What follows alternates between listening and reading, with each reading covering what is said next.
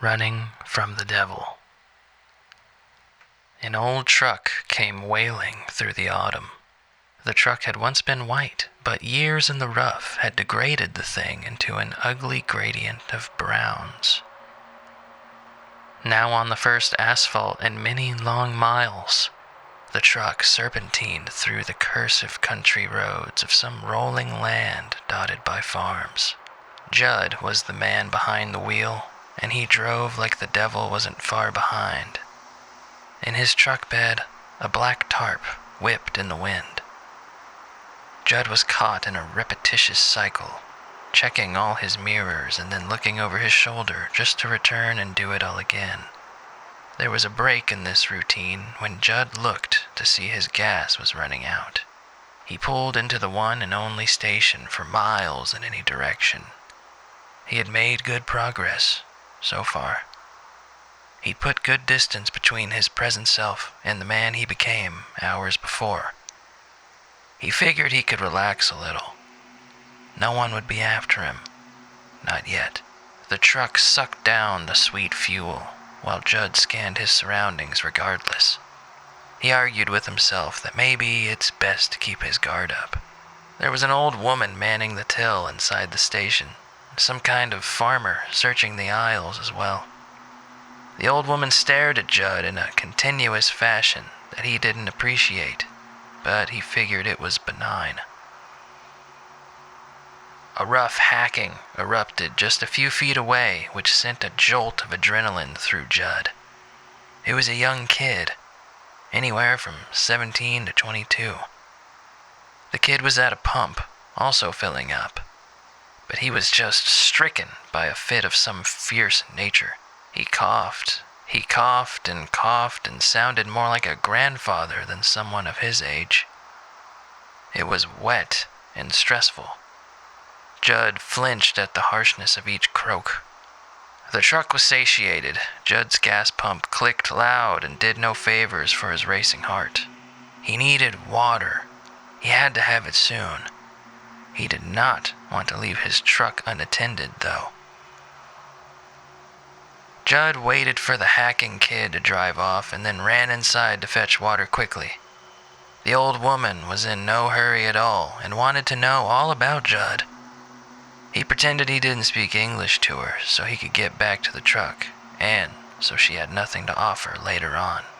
A quick walk around the truck proved to Judd he was ready to take off again, and that is what he did.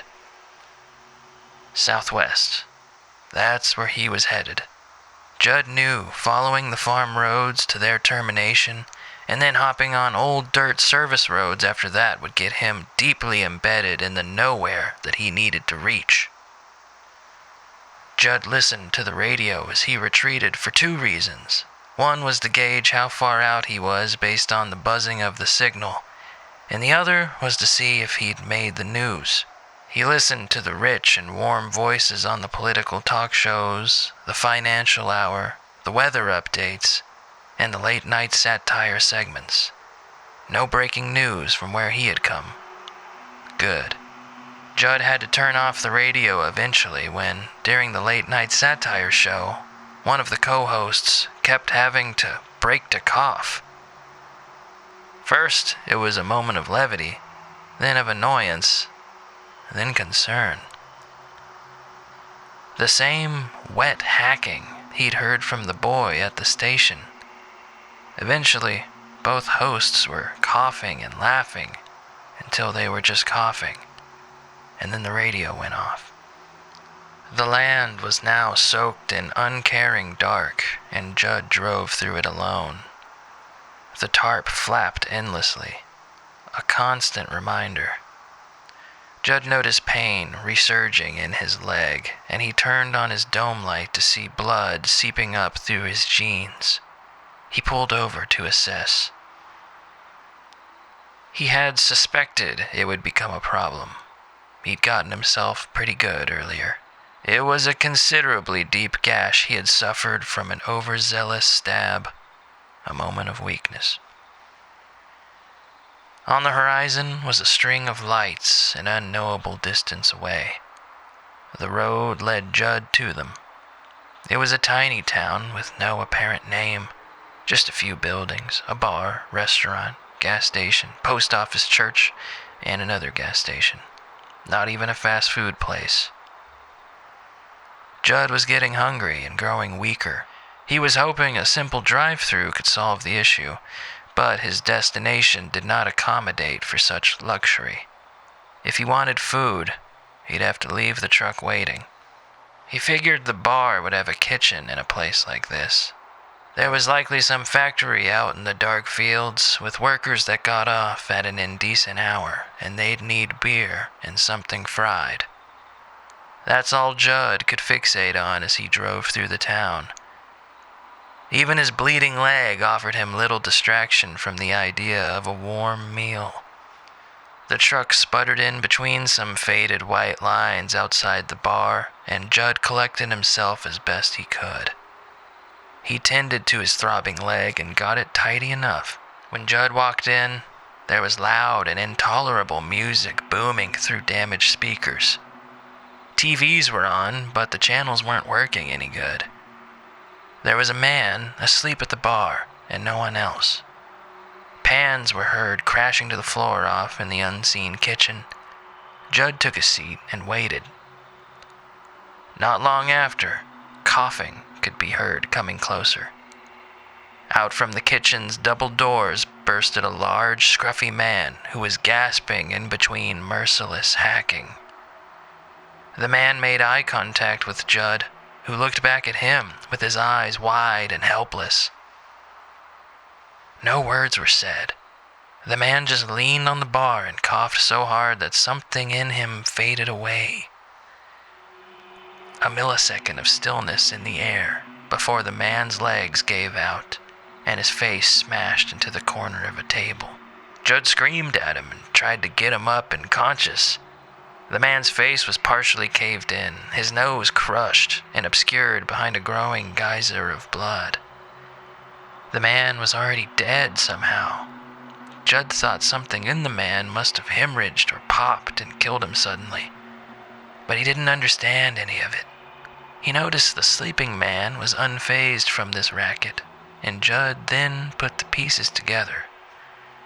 When Judd walked around to view the sleeping man's face, he saw a face of burst blood vessels and capillaries, with a continuous ropey string of blood dripping from every orifice. Before Judd could make sense of this scene, a constant honking from a car outside was fast approaching. He raced to the door just in time to see the honking sedan screech down the road and wrap around a telephone pole and spit the driver 40 feet out into the street. She had 1 or 2 coughs left in her as she died, looking like some spidery thing out there. Judd ran outside with a numbed mind. He looked at the carnage around him. In the distance, down a lonely alley, he could hear the echoing cough of another unlucky soul. Judd thought the country had been attacked by some foreign land, that all the negativity in the world had boiled over into a new era of warfare. As his body led him to the truck, his frenzied mind thought again and again when he would feel a scratch in his throat. The town was done. It had been ravaged by whatever invisible wave of misfortune had swept over it, or the countryside, or perhaps the country. Maybe even the world. The radio hosts from earlier were based in the very same city Judd was escaping from, and they had hacked all the same. Judd was confused why he had been spared for so long from whatever this sickness was. His day had been chaotic enough before this spontaneous plague, however, and he knew panic was never the response to crisis. He kept driving on in search of perfect nothing, now for 2 reasons. Plans unchanged, Judd continued southwest. By this point in the night, the moon had come out and shone its false light across the land, which had gradually flattened out. The trees grew further apart. Judd passed by occasional homes and barns. Their exteriors looked untouched by the spreading sickness, but what tragedy lay inside? What was happening to the world? Maybe some kind of gas that spreads through the air in random gusts. But Judd was never so lucky. He had stood in the same room and shared the same air as many who were gone now. Maybe it was some kind of aerial and fast-acting virus, and for whatever reason, Judd was immune to its wrath. The truck was a singular flickering candle in the dark country. Judd was alone with his thoughts and his actions. The tarp snapped relentlessly in the truck bed and reminded him of what he had done just hours before. Did it even matter anymore? Did he have to run? Maybe it'd be best to get to the place and then think about the state of the world. Just in case. Judd was afraid to look under that tarp now. He dreaded the truth and the finality that lay underneath. The confirmation of depravity he held within himself. The demonstration of free will he exercised with his hands and his troubled mind. This is what he had chosen to make of his life back in that moment of weakness. He looked at his bleeding leg and it was worse. Southwest. Just keep going, and all of the weight and all of the thoughts can be parsed through then.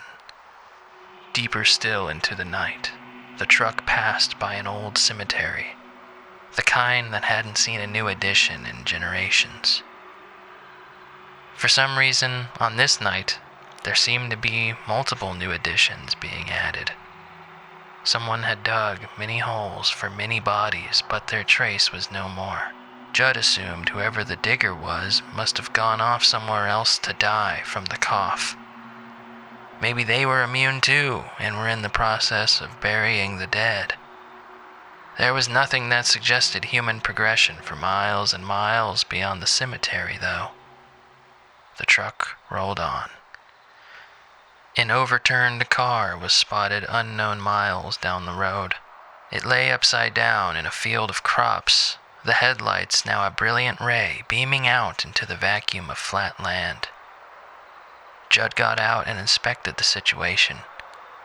A dead family, all bleeding viciously from their mouths and noses. The dad had coughed so hard his right eye was hanging by a thread, wetting his cheek before it dried up. Everyone was just a mess of mortal flesh and bone. It didn't make sense to look at, even to Judd's trained eye. Judd drove on and took nothing from the car. There was nothing to take. It later caught on fire, and Judd watched through his mirrors as the flame grew, knowing no one was coming to put it out. The inferno eventually disappeared into the distance. The country grew so desolate and remote that it was beginning to feel subterranean. No signs of life whatsoever, and there wouldn't be, even if there wasn't an ongoing calamity. Judd allowed his mind to wander some and thought of the big cities all around the world.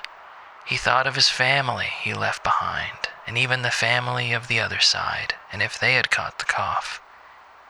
He figured they were all gone now, a weight he couldn't really feel for some time. He drove on in the same direction, trying to remain impervious to the world.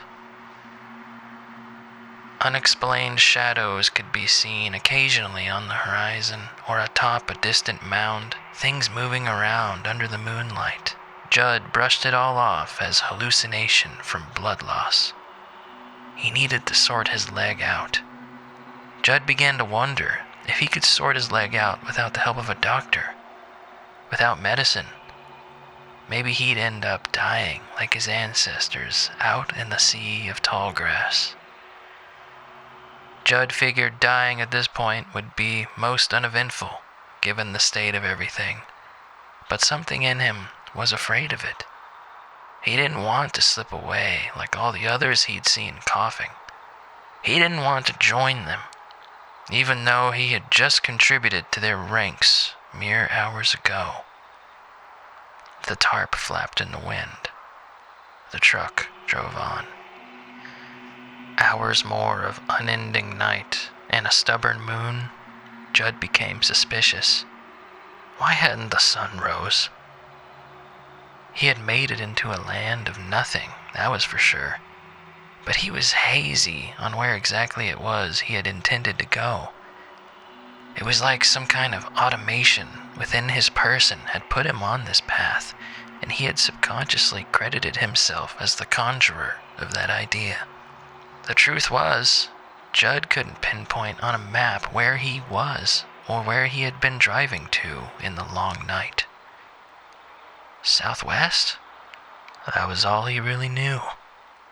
Like a migratory bird, that's where he was told to go by a presence within him. Blood memory. So the truck continued on its way, and Judd noticed the gas was no longer burning off. There were no more lights and no more houses, just the lonesome road that no longer sported paint and was free of any signage. Just a road that was paved, but it was anyone's guess who or what had paved it. Maybe it just looked like what Judd assumed was a road. It felt like years on that thoroughfare before Judd started to drive by figures. They were shadowed and vague, people but not people. Judd could just tell. They weren't coughing, and they didn't look like they cared that the whole world had fallen ill. They looked into him even though he could not see any eyes. Through no communication but a strange transference of feeling, the figures beckoned Judd to stop driving and to get out of the vehicle. Judd kept the truck moving in the only direction he knew to go. The blood loss was getting to be unbearable. Judd could barely lift his leg to brake or hold his eyes open to drive. He was weak beyond measure, hands clammy and cold, arms shaking just from holding the steering wheel, profuse sweating from sitting in place. He hadn't had a meal in so long and hadn't enjoyed water since the gas station. Judd couldn't even place how long it had been since any of it. 10 hours or 10 generations. All that was certain was that the world was dead and night would not give.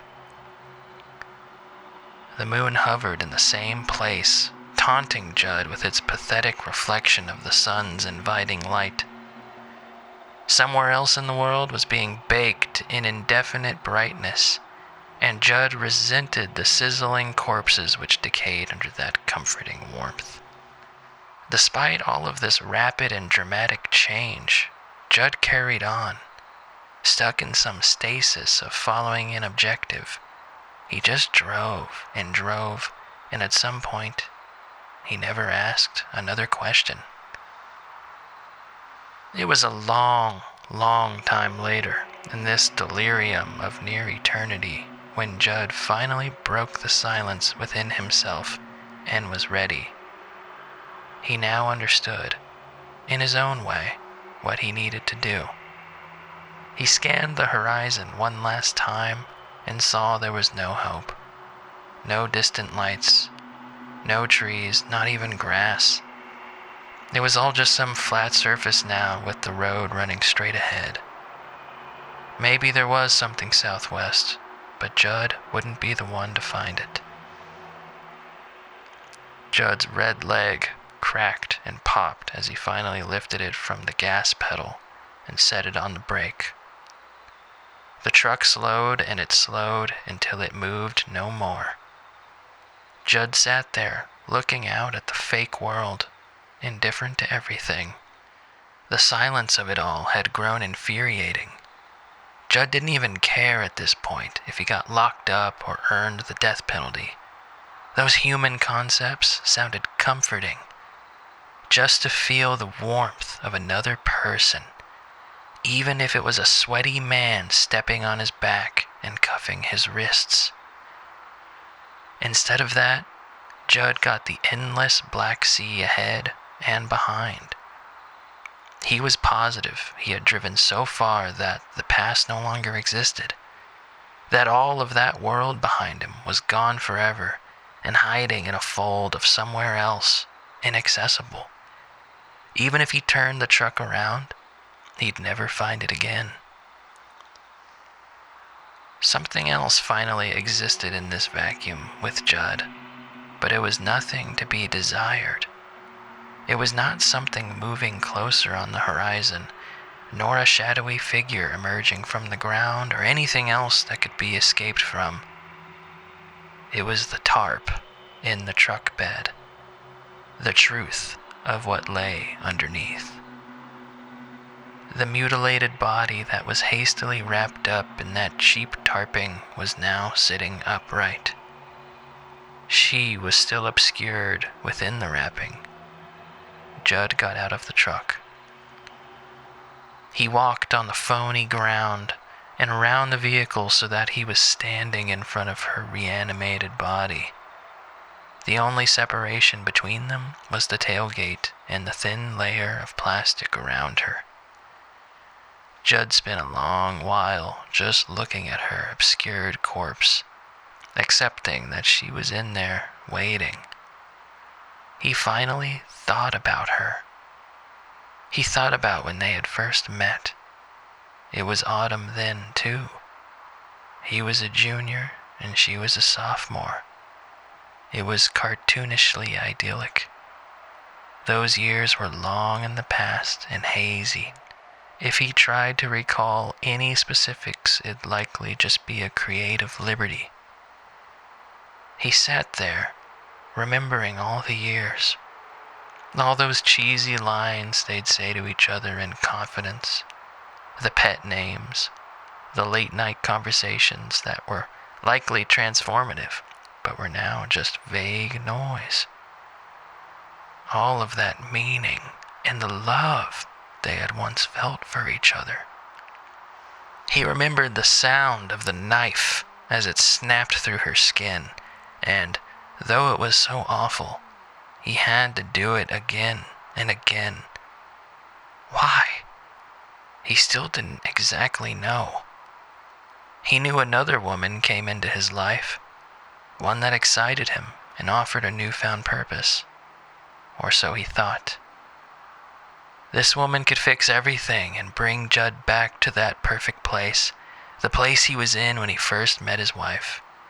It would be perfect, and he could truly be happy, but he'd have to do something about his wife.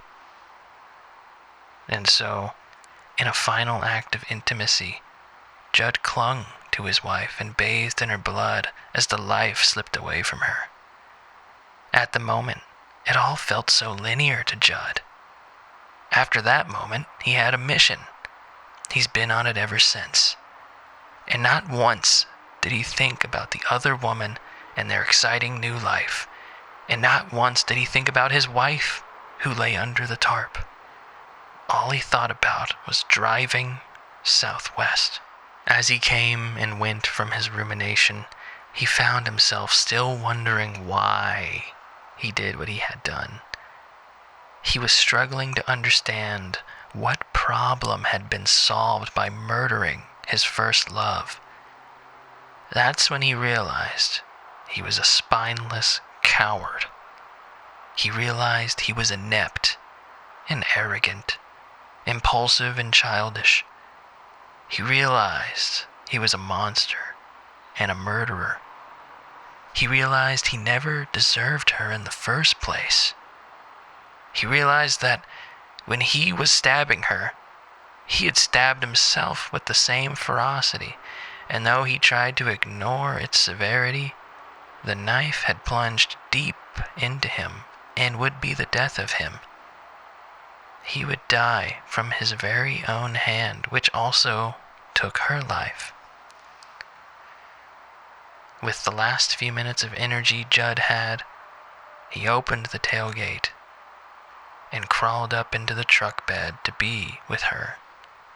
He took the knife he had used to kill them both and cut open the tarping. Ironically, he had taken great care to keep the blade from once again communicating with her. As he uncovered her, he did not know what to expect. She was dead, but for some reason she now wasn't. Or somehow her corpse had regained movement. He had to see her one last time and try to understand. He had forgotten about all else. He had forgotten the coughing plague that stole the world, and even forgot that he seemed to have escaped from that world altogether in this new, unfamiliar place. He just wanted to lift the plastic veil which contained her. She was revealed, but Judd did not expect what he saw. Inside the tarp was the skin of his wife, terribly altered. She looked like an animal had crawled inside of her. Her face was deformed and decomposed, her jaw unhinged and swaying. Her legs were some catastrophe of human feet with an ugly hooved interjection that jutted out in awful ways. Judd couldn't make sense of it. He never was meant to. The only thing unchanged were her eyes, which looked into his. The same unique hazel and the characteristic freckles in her irises. The same gaze that used to look back at him with pure comfort and love.